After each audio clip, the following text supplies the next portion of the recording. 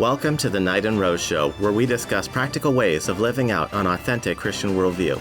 I'm Wintery Knight. And I'm Desert Rose. All right, welcome, Rose. So today we're delighted to welcome a guest onto the show, Natasha Crain.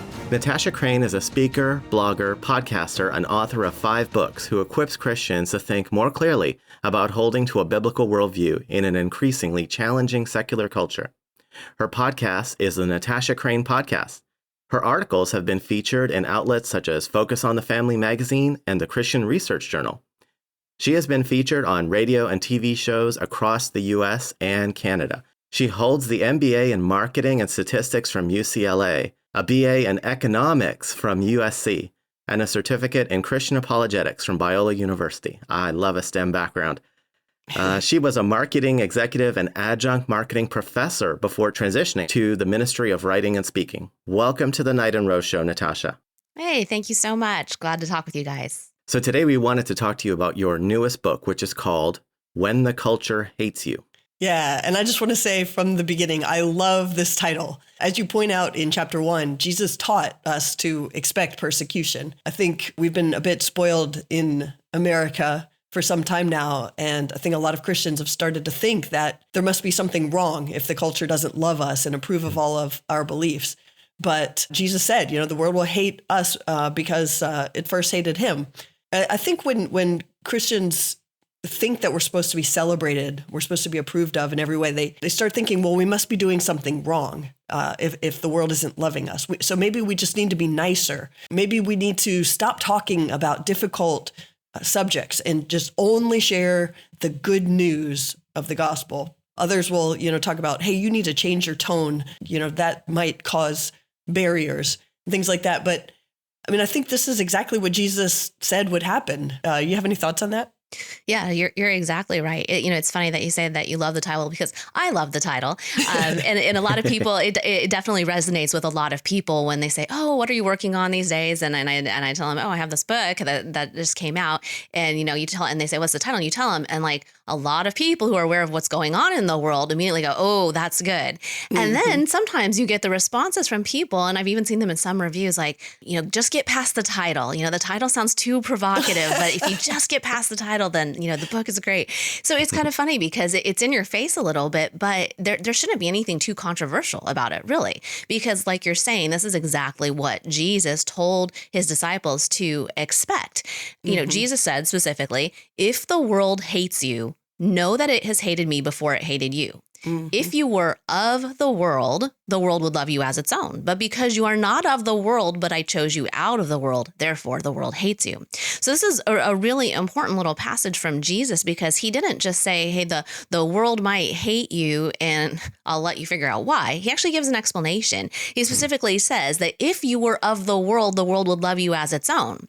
So what does it mean to be of the world? Well, the Bible speaks to being of the world as being under the governing rule of Satan. It is basically wanting to go your own way because you are a slave to sin. People are either under that rule or they're under the rule of God. They are children of God who are slaves to righteousness, as the Bible puts it.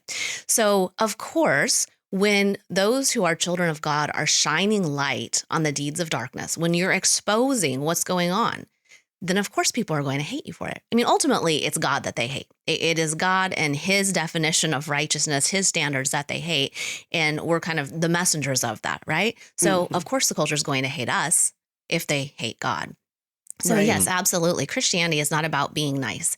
And I think that's one of the biggest, most harmful misconceptions that a lot of Christians have today, that we just need to be liked. And if we're liked, then someone's going to give us a hearing to hear the gospel. But that's not what Jesus told us to expect. There's nowhere where it says, make sure people like you, make sure you're super nice and kind of, just kind of sitting back until someone comes and asks you.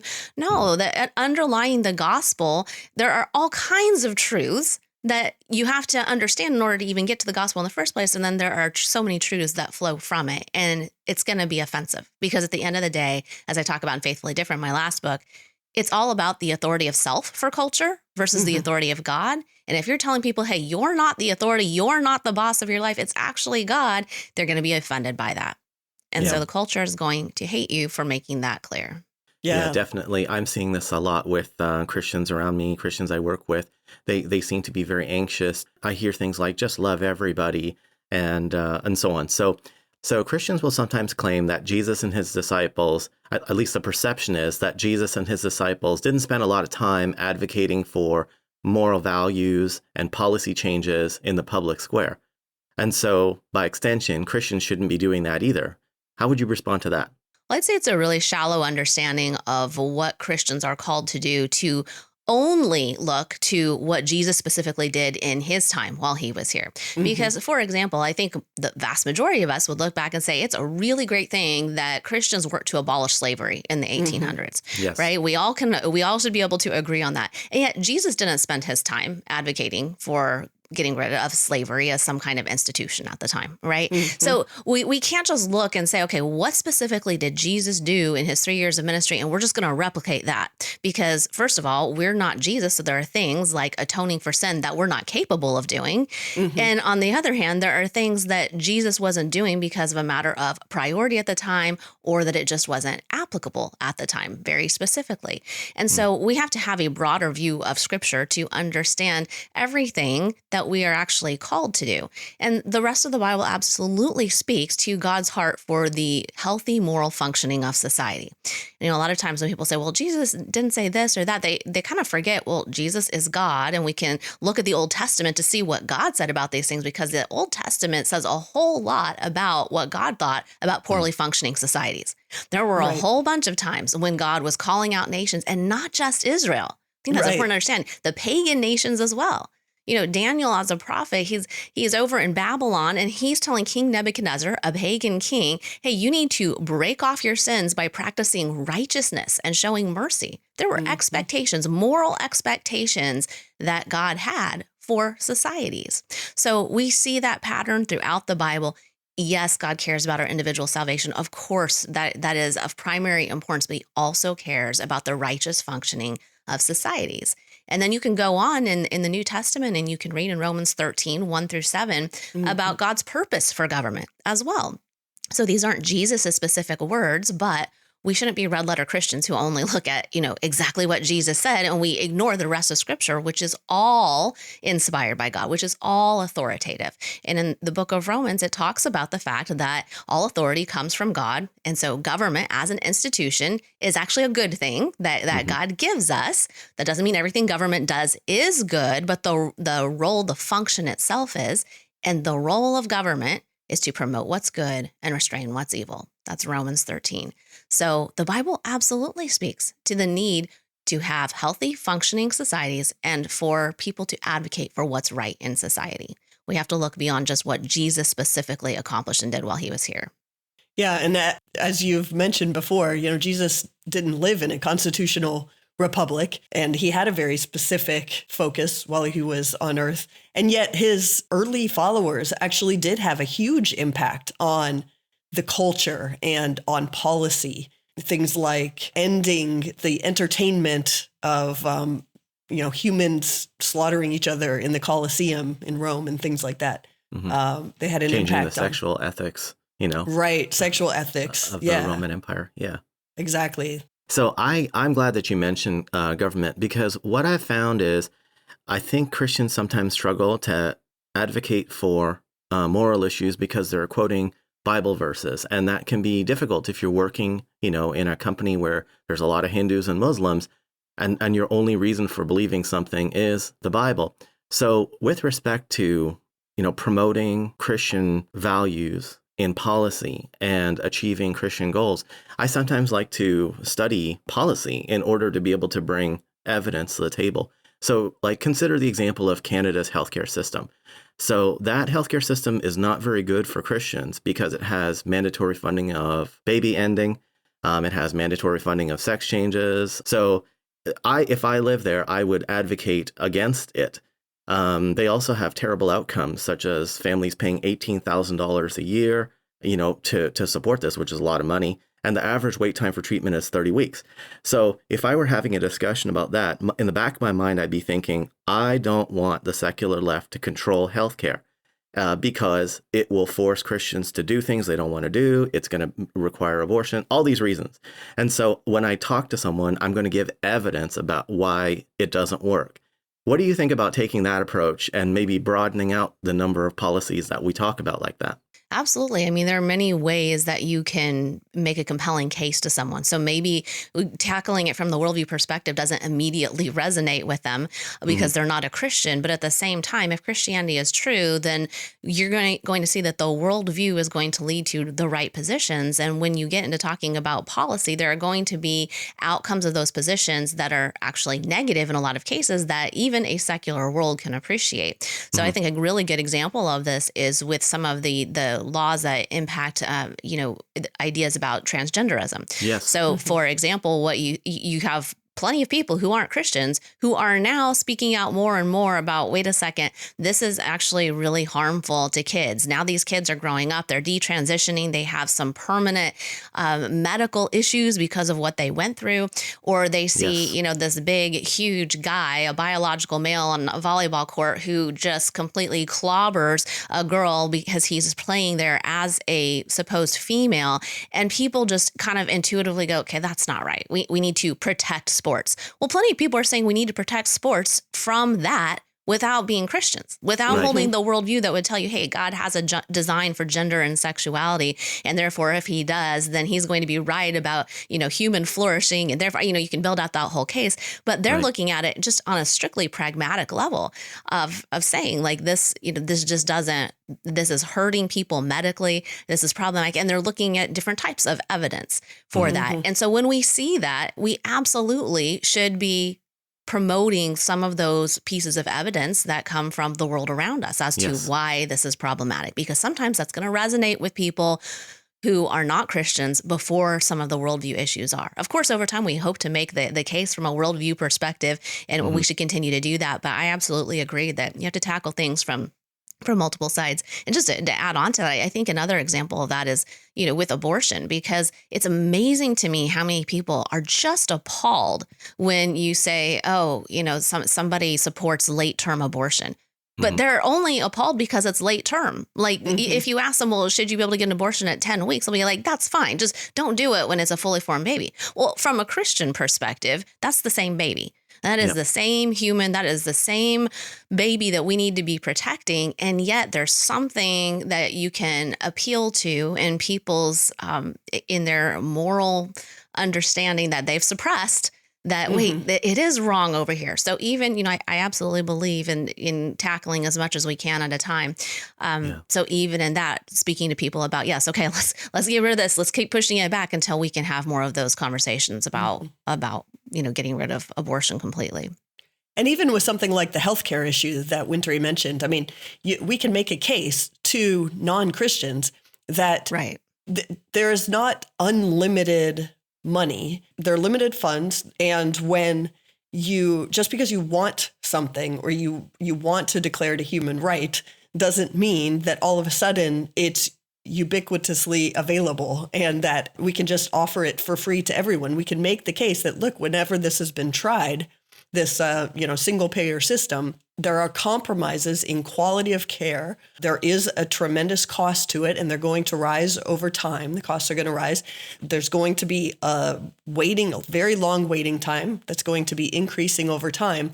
So if you want the government to be in charge of your healthcare because it feels good right now, just be aware, that over time you can expect to be waiting a very long time, paying a lot of money, and seeing a decrease in the quality of your care, or at least some combination of those, and appealed to people that way. So I've been reading a lot of Andrew Walker lately, and natural law ethics and things like that. And I love this concept of appealing to the conscience, appealing to the rational mind from a practical perspective for the sake of everyone's flourishing. It's not just, as you pointed out, for the sake of Christian flourishing. It's really for everyone's flourishing, whether they recognize it at the time. And we have the best case because we have truth on our side. In chapter 4, you address 5 common objections that people often give to Christians who are seeking to influence public policy.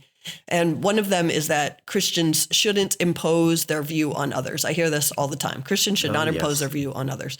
So how do you respond to the objection that Christians shouldn't impose their view on others? Well, usually when somebody says this, they're talking about it in terms of policies. Like, just because Christians don't believe that, you should be able to get an abortion, it doesn't mean that we should be able to tell everyone else, hey, you can't get an abortion, right? That's usually the context in which this is used.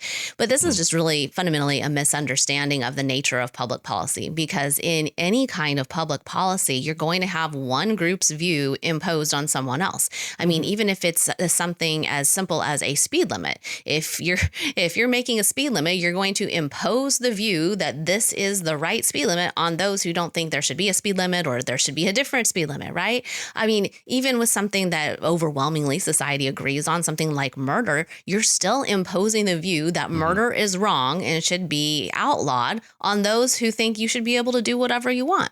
So this is just the nature of policy. It's not Christians who are doing anything strange or weird or improper because we're advocating according to our views in the public square. We live in a constitutional republic. That is our form of government. That means that everyone, regardless of whatever their motivation is or their rationale for it is, whether it's religiously motivated or anything else, everyone has the right to bring their views to bear on how they're going to vote and advocate in this society. That's what we get the right to do given the form of government that we live in as Christians in America.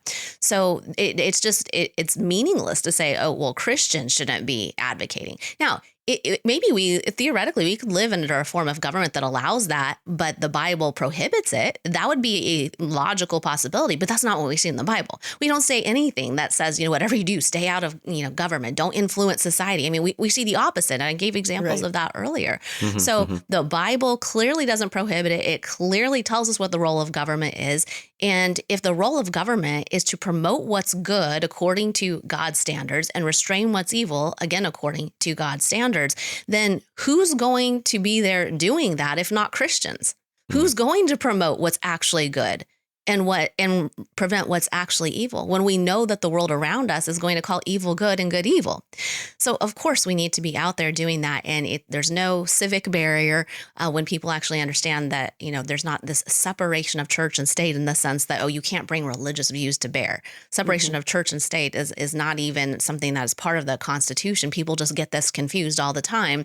Yep. What the First Amendment says is it makes it clear that you cannot establish a state church and you can't force people to practice a specific religion. There's no official religion of the United States. That's completely different than saying, hey, you're a Christian. Don't bring your religious views into how you advocate in society.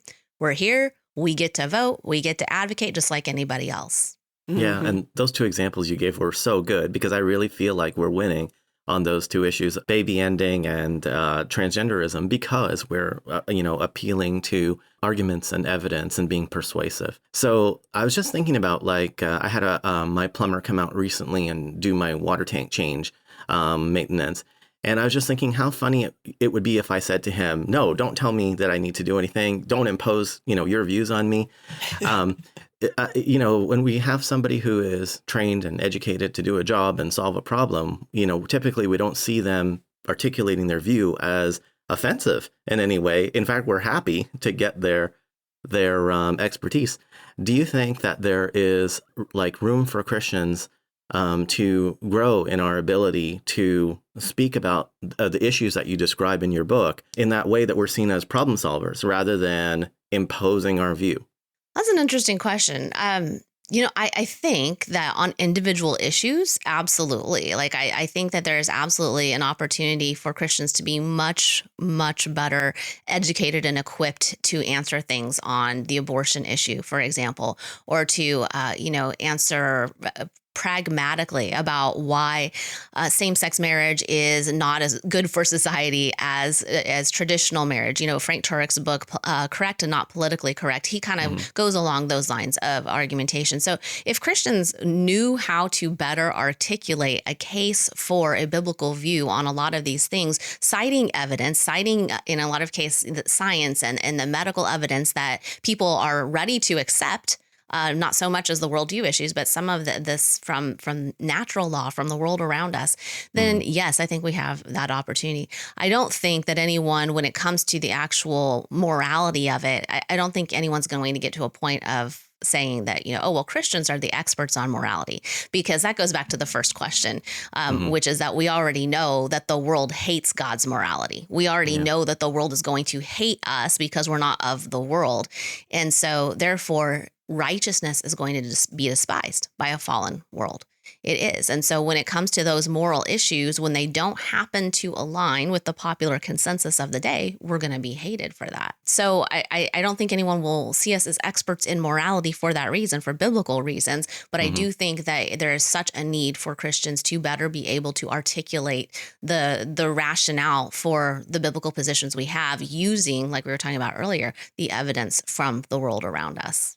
And even just, I hate to say it, but I see Christians making some really uneducated statements a lot of times when it comes to transgender issues. Like they'll bring up intersex, for example, which is disorders of sex development. Well, that has nothing to do with another gender, but but people throw these things out and it just, they're not understanding all the issues. And so it actually takes away from our credibility when we're not equipped to be able to talk about these things well. So I do hope in my book, that is one of my biggest prayers for the book, is that it would better equip people to talk about the specific issues. It definitely does. It has a lot of tactics and tips to do that. By the way, we had Frank Turek on to discuss that book just for the purpose of making people stronger on those issues, because awesome. I really feel like if you're seen as informed, then it's a completely different conversation and you can be a lot bolder.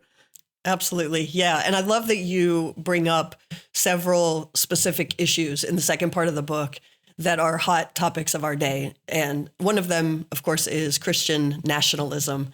And we are hearing this a lot, that Christians who express ideas, beliefs, convictions, evidence even in the public square are called Christian nationalists. What does this even mean? And how should Christians maybe respond to these types of accusations when they express their convictions or opinions? So in part 2 of the book, I basically take in each of those chapters and 5 chapters, 5 different issues where I believe that we have the greatest urgency today of having better clarity. And at the same time, we are hated or disdained by culture in some way. And so that chapter on Christian nationalism is called Dangerous Christian Nationalists, the View from Mainstream Media. And that's really how mainstream media promotes this idea of so-called Christian nationalism, that there is this dangerous movement, that it's theocratic, that it's anti-democratic, that it's pervasive. It's this big, bad, scary thing. Now, here's the deal. People use the term Christian nationalism in all kinds of ways. And I don't think that there's one definition you can point to as like, now objectively, here's what it is, because it's just been thrown out there like spaghetti on the wall. Everyone's just kind of run with different definitions of it. And so I'm not defending or promoting or criticizing a specific type of definition. I am saying here's what the media typically means when they say it, and here's how we should view it. So I just want to be clear about what I'm talking about in the book, because people can mean so many different things. And a lot of Christians now will say like, oh, I'm a Christian nationalist, and they have their own idea in mind. And I'm thinking, you have no idea what people are thinking you're saying right now. Exactly. So in the media, basically what I did was I surveyed hundreds of pieces of content online, video and article types of content, to see, okay, if they're talking about Christian nationalism, they're not, setting out to define it. Most of the time, what you have to do is actually look at what it is they're talking about to see, well, okay, this must be what they're talking about. And when you do that, what you find is that in the vast majority of cases, when they're talking about Christian nationalism, they're just talking about Christians who are advocating for unpopular conservative positions that align with their biblical worldview. Yeah, that's what it means. For example, and I cite articles in the chapter where, it's talking about how there's this dangerous Christian nationalism coming to all 50 states. And, and when you actually look at the articles where they're talking about this, you'll see that really what they're talking about is that Christians are advocating for pro-life positions, that, we're promoting quote unquote anti-trans bills, which are actually bills for the good of trans people according to God's standards and the good of everyone else, but they call them anti-trans from their worldview perspective. And so you see that these are the examples that they're giving of Christian nationalism. So you can back into what they think Christian nationalism is. When you back into that, you can see that it's bringing your religious views into the public square and in trying to quote unquote impose your values on others, which we talked about earlier, isn't even a problem. That's generally what Christian nationalism is to the media. And, they use a lot of fancy rhetoric. They'll say, for example, it's theocratic, like I mentioned, but a theocracy by definition is a form of government where you're recognizing officially a deity as the supreme ruler over the country. Okay, this is not what the articles are even talking about, and yet they're calling it a theocracy because we're using some kind of religious value to come into the public square. So it really is just rhetoric. It's also it's not anti-democratic. We're using our so-called democracy in exactly the way it's intended to be used, right? We're not going around our form of government. That would be anti-democratic. That's not what Christians are trying to do. So there are theological circles on X that, talk about other kinds of things about, hypothetically, what would it look like to have a different form of government? What would it look like to have Christianity be in some kind of, have more of an official status? But ironically, that's not even what the media is targeting. You would think if they're going to target anything, they're going to target that and say, hey, look over here. We found these people in the corner of the internet and this is what they're advocating for. They're coming for us. They want to make this official religion. Like, they're not even doing that. So they're missing the boat on the things that you would think that they're actually concerned about or should be concerned about. So it's very fascinating. Right. The last thing that I'll say on that, though, is that a lot of times what they do, and I talk about this in the chapter, is they'll use an image that people would say is obviously problematic, like something that has some kind of, just a cringeworthy statement on it that, conflates love for country with love for God and, saying that, a particular political candidate is their savior. They'll find something just ridiculous to put as the picture. And then they go on to have an article about, just basic Christian conservatism. And so when they bundle that together, though, it forms a powerful image in people's minds. And it's even convinced a lot of Christians like, oh, yeah, there's this, crazy movement of people who put their love for their country above their love for God. And they've just created this storyline in the media. And they've convinced us that we should stay out of things. But obviously, we shouldn't for reasons that we've been talking about. So it's interesting how much the media has manipulated Christians. Mm-hmm. Absolutely. When I look at people like William Wilberforce, who is a very strong Christian who advocated against slavery in the UK at the time when they were getting rid of it, I'm just wondering what these people would say, to him. Oh, we don't want you imposing your views on us, and so on. And then what about Christians like Rose mentioned in the Roman Empire? Advocating against predatory sexual practices against slaves and so on. I mean, I think people are assuming that society is going to be a lot more moral than they think without the influence of Christianity. And I'm not sure that's the case. Mm-hmm. Yeah. And it's definitely a double standard because in the examples that you mentioned, they would say, oh, yeah, that's great. You're not saying anything about that. You're not called a Christian nationalist if you mix your progressive Christianity with politics. Like no one looks at that and says, oh, wow, they're a Christian nationalist because they are advocating for a pro-choice view from a Christian perspective. No one says that. It's just a pejorative term that they're using against Christians who hold unpopular moral positions. Yeah, exactly. And then Christians kind of pick up on that and then go around calling other Christians Christian nationalists because I think that was a really important point that you made just then about how it really is just a pejorative statement a lot of the time against conservative Christian policies. So you also mentioned the transgender issue, and those who have been paying attention have noticed that in the last several years, maybe 10 years or so, the number of trans identifying people has absolutely skyrocketed.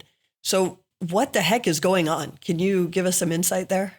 Yeah, in 2013, the incidence that was estimated of people who identify as transgender was about, on average, 1 in 10,000 males and 1 in 40,000 females. And today, a full 2% of adults ages 18 to 29 identify as trans. That's 200 per 10,000.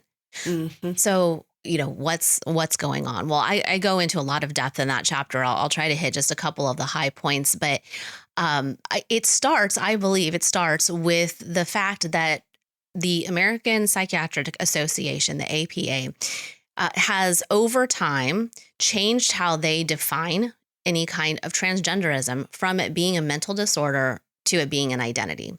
So I track in the chapter through the different generations of what's called the DSM, the Diagnostic and Statistical Manual for Mental Illness or mental disorders. I might be getting the title wrong there, but it's called the DSM. And the DSM in 1980, the third edition of it, the DSM-3, when it came out, it was the first time that it had anything related to a gender diagnosis. And at the time, it said that the incidence was rare. It was called, in the DSM-3, it was called transsexualism. And you see that this was just, something that clearly they needed to, that if you had this issue where you had this pervasive feeling of wanting to be somebody else in terms of your gender, then that was something that needed to be fixed. It was a mental illness. Mm-hmm. Well, after it was included in the DSM-3, there were some activists, transgender activists, who started saying, "Ooh, we don't like that this is actually in the DSM, because if you're in the DSM, if this is there, transgenderism, then that implies that it is a mental illness of some kind." And certain activists were saying, "No, this is an identity. This is not a mental illness. It's not a disorder of some kind." And so those conversations started to be had. Is this something that needs to be fixed, or is it just an identity? So fast forward through a lot of details. Like I said, I cover a lot more of this in the chapter. But when you get to the DSM-5 in 2013, what you see is that the diagnosis has completely changed to something called gender dysphoria. And by this time, gender dysphoria now is only considered to be a problem if you feel distress about the fact that you believe yourself to be another gender than what corresponds with your biological sex. Make sure you don't miss the distinction there, that it's no longer in and of itself a problem if you are believing that you are a different gender than your biological sex. Like, that's not considered a disorder. It's not considered a mental illness. It's not considered any kind of problem anymore. It's only if you feel distressed about it, then you can get some kind of treatment for it to manage the distress. But the feelings of gender incongruence themselves are not considered to be a problem. Mm-hmm. And furthermore, if you look at the manuals in some of the publications that are put out by the American Psychiatric Association, they basically come right out and say that it's really the stress that people feel. The gender dysphoria usually comes from society not accepting you for who you are. So they're actually placing the stress that people are feeling on, they're blaming it on culture for not accepting you. It's just really remarkable. So that's a huge change that has happened from 1980 to 2013 in terms of having this sort of, as I call it, an expert witness to anyone who wants to claim it's an identity and not a mental illness, because you have the premier organization around these issues, the American Psychiatric Association, and the DSM is kind of the gold standard on all of these types of topics. And so they're basically saying, yeah, it's not a mental illness anymore. Now it's just, it's just who you are, and it doesn't have to be treated unless you feel that there's distress. So that is one big factor, but we have to look at it in concurrence with the fact that social justice, according to neo-Marxist standards and critical theory, came along around the same time, several years back, started gaining in popularity, where now the social binary is what determines whether or not you're an oppressor or you're the oppressed. And now people who have a quote unquote marginalized identity, who would be transgender people, transgender identifying people would be included in that. Now we need to lift them up and we need to celebrate that you're actually this identity. Mm-hmm. So think about how these things go together over time, that it was kind of a perfect storm between the American Psychiatric Association changing over time to it being an identity rather than it being a disorder of some kind. And then you have the social justice thinking that is being picked up according to neo-Marxist standards and saying, we want to celebrate you because this is, you're an oppressed identity. So now you pull these things together. And as I say in the book, it was that change to the identity definition that broke the dam, but it was the social justice thinking that brought the flood. And now you see this explosion of numbers, because if anyone wants to take on a more marginalized status, or if they want to feel like they're, part of this bigger movement, well, it's okay now. But society is like, well, that's okay, because this is, it's just an identity. It's just who you are. So there's so much more that could be said about it, but that's kind of the basics. And I just want to point out, a lot of Christians talking about this issue, they focus very specifically on what's been called rapid onset gender dysphoria, which is the social contagion of adolescent girls that was documented by Dr. Lisa Lippman a few years ago.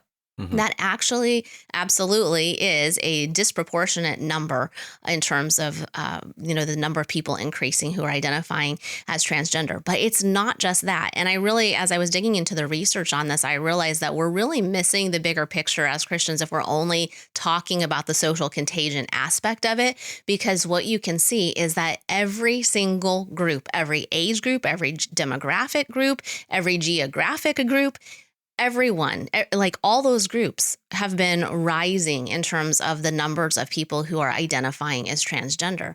And so we have to understand it's a much bigger movement. It's not like if we can just convince adolescent girls like, hey, this is a really bad thing, which, by the way, we should be. But it's not that that's going to make it all go away, because the social justice thinking that led to this and the change to the identity view over a disorder, that's still with us. So anyone who's uncomfortable with their own bodies, parents who are aware of all this, who see their kids and, assume that it's gender related, that, in our schools, all of the gender education that kids are getting, and I say that loosely, quote unquote, education that they're getting is convincing them that they might be another gender. I mean, it's much more pervasive. This is not just a problem with adolescent girls. It's something we need to be aware of on a much bigger scale, because these big forces have pushed it forward. It's not just one thing. In your research, did you find any studies about other countries that are more LGBT affirming, and whether the people who were making that choice to go into that were experiencing more or less complications, like mental illness complications? I don't know the answer to that off the top of my head. I mean, most of what we're hearing about is actually countries who have reversed course, right? In England, we know that they've reversed course, in Scandinavian countries. So you hear more about that. I'm not sure I've heard anything specifically about countries who have been promoting this even longer. Are you aware of any research like that? Have you guys come across anything like that? I blogged on one study. I can't do a web search right now, but yeah, there was a study from one of those Scandinavian countries that said, hey, this is a really affirming country for LGBT, and yet even so, they're not getting the outcomes that they were expecting. It was worse than the non-LGBT people. I'm just thinking that it seems like the point of view of the secular left on these issues is nothing is really more or less risky, more or less harmful. It's like that quote from Hamlet, nothing is good or bad, but thinking makes it so. And what they really want is they're just thinking, if we could just get everybody to celebrate this and affirm this, then there won't be any bad consequences. So it might be a good place for somebody to do some research there and just get that as a piece of evidence. I'm coveting using that in a debate, So one of the most shocking parts of the book for me was reading about the marketing strategy for changing the way culture thinks about gay people. You wrote about Hunter Madsen and Marshall Kirk's 1987 article, The Overhauling of Straight America, in which they detailed 6 strategic steps for desensitizing the public to homosexuality. And I'd love to just take a second to read those, because they're really fascinating. So the first strategy they listed for changing the way people think about gays and homosexuality is to talk about gays and gayness as loudly and as often as possible. The second one is portray gays as victims, not as aggressive challengers. Another, that which is fascinating, especially in light of the critical theory and queer theory stuff. Number 3, give protectors a just cause. In other words, make people feel like they are fighting for justice when they defend the homosexual lifestyle. The next one is make gays look good. We've seen that throughout the media, entertainment, and all of that. Then make the victimizers look bad. In other words, anyone who opposes this lifestyle needs to be condemned and called out and shown to be an oppressor, and then finally solicit funds. So why do you think this campaign was so successful, first of all? Well, all of those things together, really, I mean, it is when you read it, and when I read it the first time too, I was like, wow, this is incredible how strategic and it was, because when you look back over the last several years since, this came out, you realize like, well, this is exactly what has taken place. It was literally a marketing strategy. And so my background professionally is in marketing. So I was just fascinated when I came across this, because it's a very, very effective campaign. Why was it so successful? I think that it was successful because the strategy is spot on if this was your objective, and they executed it. It was successful because they actually executed all of these things. And I think, honestly, if I had to pick one thing that especially helped, it was give protectors a just cause. Right. Because even with the increase in the number of people who are identifying as somewhere in the LGBTQ community, even with that increase, you're still looking at a small minority of people in the United States. So I think that they were very brilliant in realizing like, hey, we're not going to get anywhere if we don't get a lot of other people on board with us, because we're still going to be this minority voice. But because they were able to give protectors a just cause, meaning like, hey, come along with us and you're fighting for justice. You're fighting for what's right. Well, with fewer and fewer people identifying as Christians and being biblically faithful Christians, at least, what you're going to see is that people still, because they have this innate sense of right and wrong, even though it's warped, they're still going to think justice is important. Right. That's something that every single person in our country would probably agree on, is like, yes, justice matters. We want to make wrong things right. The problem is that justice requires a standard. So if you're talking about making wrong things right, that means you have to first identify what's right and what's wrong. And you're going to get those things wrong if you're using any standard other than God. So culture is going to say justice is important, and they're going to be passionate about it, but they're going to get it wrong because they're using the wrong standards. So this point is so brilliant to say, give them a just cause, because they realize that people want to fight for what's right. And if you say, hey, we're being victimized, we are oppressed, goes along with critical theory and all of that language, that again, the neo-Marxist standards and movement that we have seen has impacted so much, including this, because that's why people started thinking in these ways about having a just cause for the oppressed, according to secular culture's definitions. So if you have a just cause to fight for, you're going to come along and you're going to say like, hey, this is what's right, and I want to do this. And now it's not just a tiny minority fighting for what they believe is right, but now they have a whole community around them. So I think personally, that's probably been the most impactful thing that they decided to do. Absolutely. Oh, let me just jump in quickly and say I did search on my blog, and I did have an article about this called "Are Suicide Rates Lower for Sexual Minorities in LGBT Affirming Countries?" And I've got studies there from Denmark, Iceland, and Sweden, where they look at rates of suicide ideation, attempts, and other self-harm. And I don't know if people want to check that out. Yeah. That'd be great to see. I'd be very interested to read that. Yeah. So you also wrote that the goal for a subset of LGBTQ activists, not all of them, but a subset of activists, is to free children from the sexual restrictions placed on them by society's norms, values, and expectations. So what do parents, and I guess all Christians really, need to know about this? Yeah, so this was actually the focus of that chapter, where I started by talking about the marketing plan that we were just discussing. But I really was only using that as a jumping off point to talk about this very specific issue, because I was saying I think we can look back and say, well, the marketing campaign was quite successful for getting a broad societal acceptance of LGBTQ issues. What a lot of parents don't realize, and what I focus on in this chapter, is that there is a subset of activists who are actively working not just to introduce these ideas to children to gain some kind of, acceptance at an earlier age, but who actually want to free children from any kind of sexual restraints. They want children to be engaging in sexual behavior themselves. Yeah, And unreal. so I track through, and I've been given some long answers, so I'm not going to give a super long one on this one, but I track through this whole history in that chapter, showing how really it's all led to this time, starting with Freud, going back in the early 1900s. So this isn't sudden. It feels sudden, but the movements have all been in place for a century. And now you just get to a place today where we've arrived at the time where the fruits of all that are really taking place. And Yep. especially important is queer theory for all this, which is part of the critical theory families. And unlike the name sounds probably to most people, it's not about being gay per se. Queer theory is about rejecting all norms of gender and sexuality. So if you want to get rid of all norms and you think that all of these things are just a social construct, a figment of our collective imaginations, basically with no basis in reality, you're also going to start seeing age as a social construct in terms of childhood innocence and wanting to protect children from sexual influence. So that's what, I recommend. Go online and Google childhood innocence and queer theory.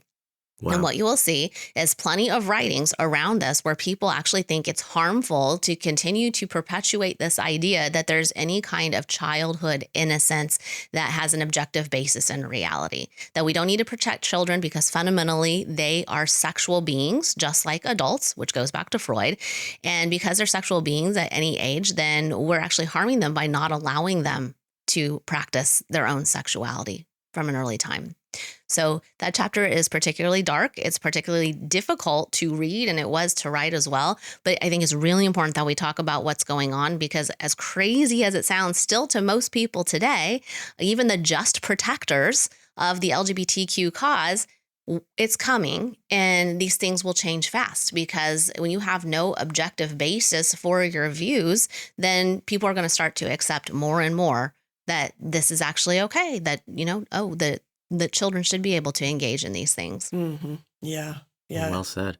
Absolutely. One of the things I love about your book is the practical recommendations for how to converse with people who disagree with us in a way that helps get at the heart of the issue and reframes it in a way that's, I would say, definitely fair and accurate, but you also expose the problems with the other side. So in part 2, when you're writing about specific issues, you share at the end of each chapter some of the most common challenges we as Christians should expect to encounter when we offer evidence and thoughts on these matters. And you offer specific ideas on how to respond. So do you mind if we just go through 2 or 3 of those, and I'll tell you the common objection. You maybe give us just a few thoughts on how to respond, because I want to give people a taste of what you offer in this book. And I think that is really one of the most powerful and beneficial aspects of it. Yeah, they're very practical. Yeah, absolutely. Okay, great. One of the social justice chapter objections is that Christians who reject CRT ignore systemic racial oppression. So how might we respond to that? Yeah. So for each of these, my goal was to try to do it in, 3 sentences. I wanted people to have something succinct to get to. So I could give an answer to you, and I'd probably blabber on longer. So I'm just going to read you the exact response from the book to give you an idea of that, that Christians who reject CRT ignore systemic racial oppression. So here's what I said. Christians who reject CRT do believe that systemic racial oppression can be a reality and has been a reality. Slavery is an obvious example. However, CRT prescribes a specific way of evaluating systemic racism through the lens of the social binary.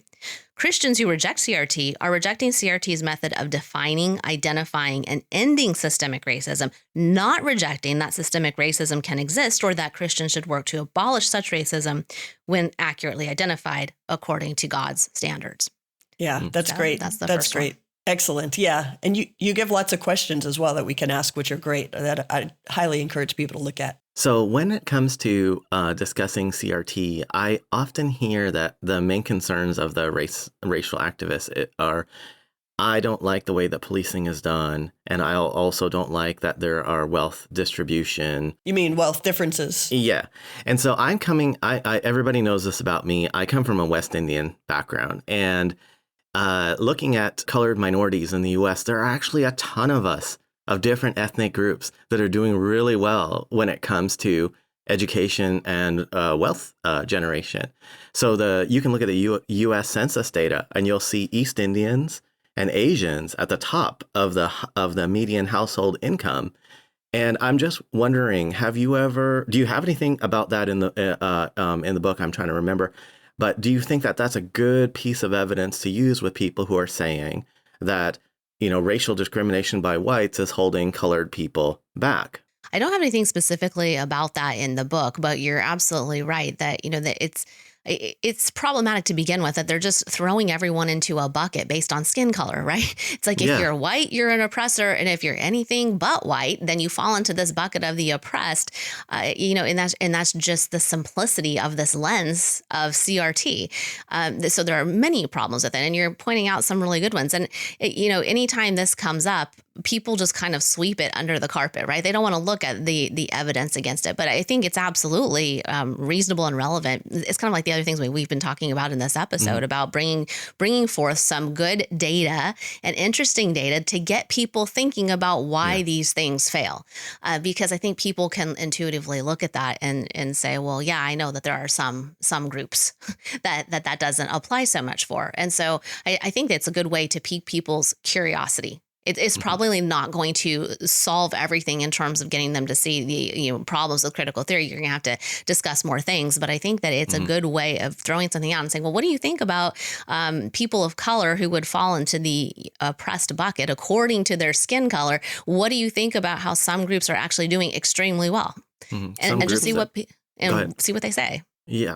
It seems to me like one of the reasons why they might not like these groups is because they might not like to speak about them, is because it's behaviors that are making these groups successful, specifically behaviors about things like marriage and timing of having children and prioritizing education in the home, monitoring the homework and things like that. Like, I know I was raised in this kind of tiger Asian culture, tiger mom culture. So, I think that I find that freeing, because what it means is the people who are claiming to be oppressed could just make some changes in their decisions, and they may find that they get these outcomes that guys coming from, backgrounds like mine, are already enjoying and seeing. Yeah, one of the things that's so frustrating about critical theory is that basically everybody is powerless. Everybody is just kind of stuck where they are. If you're white, you're an oppressor. The end. You will always be an oppressor. And if you are a person of color, you're just a victim. You have basically no agency. You can't make any changes. You have to wait for a white person to come along and free you and lift you up and give you whatever money they earned. And those lies are just so racist and harmful, unjust, really, really harmful. So on the sexuality objection, one of them is that Christians are harming LGBTQ people by not accepting them for who they are. So how might you respond to that? So in the book, here's the response that I gave. No one accepts everything about everyone. For example, you don't accept that Christians reject the morality of certain sexual behaviors, but I don't see that as a harmful rejection of who I am as a person. You simply disagree with my beliefs, just as I disagree with certain LGBTQ beliefs based on what the Bible teaches about God's design for gender and sexuality. Yeah, awesome. Excellent. Great. And again, excellent questions there and for people to check out as well. One of the ways that I like to handle this, a lot of people have come up to me with varying degrees of anger and hostility and said, hey, you're a Christian, aren't you? So you hate LGBTQ people and or you're harming them, or why don't you accept them the way you are, and that sort of thing. And I often tell them that if there's a designer of the universe, then the designer not only knows how we can best live within his world, but he also has the authority to say how we ought to live in his world. Just like I have the freedom to lay down the rules in my own house, right, that I own. So I tell people that I'm happy to discuss sexuality with them, but first I want them to discuss the evidence for a personal, intelligent designer with me, because if he exists, then he has the authority and he has the knowledge to share with us what is best for human flourishing. Yeah, no, I love that.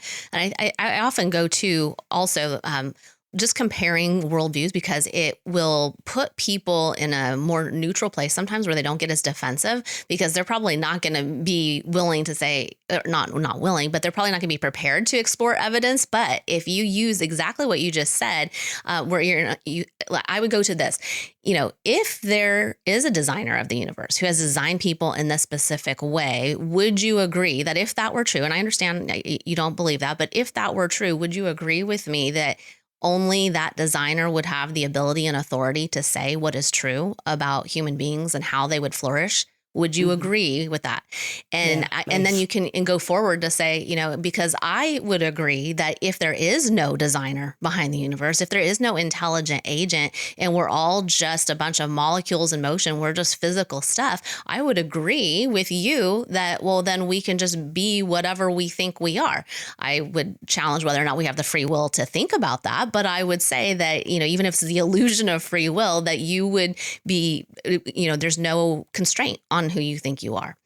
So I tried it. That's kind of a related tactic that I've taken with people, is just to compare that, because everyone wants to hear something you agree with. So I can always agree, well, here are the implications of your worldview that I understand why you would hold that. Can you understand why I would believe this if there were this intelligent designer?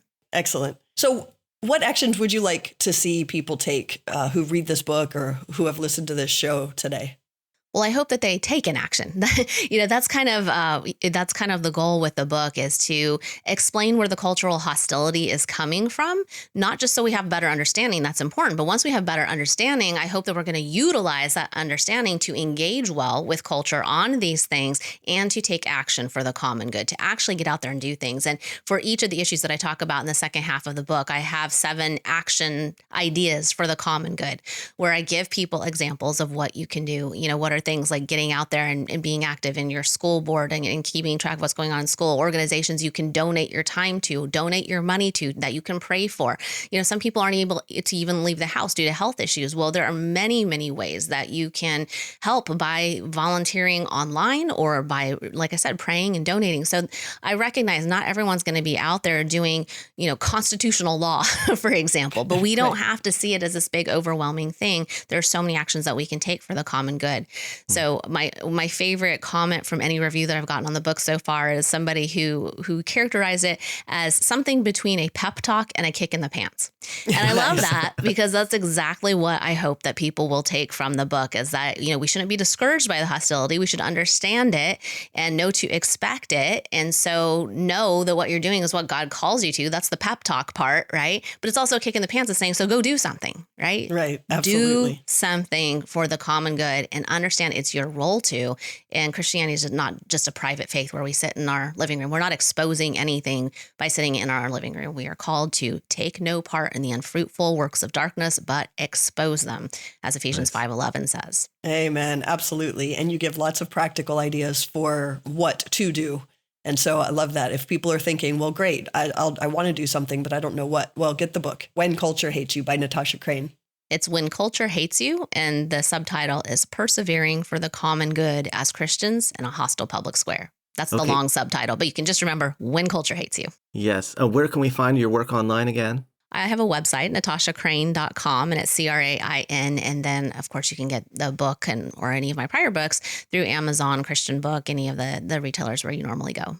And you have that amazing podcast, the Natasha Crain podcast, as well. Yes, I have a podcast as well. Thank you. All right, so I think that's a good place for us to stop for today. Listeners, if you enjoyed the episode, please consider helping us out by sharing this podcast with your friends, writing us a 5-star review on Apple or Spotify, subscribing and commenting on YouTube, and hitting the like button wherever you listen to the podcast. We appreciate you taking the time to listen, and we'll see you again in the next one.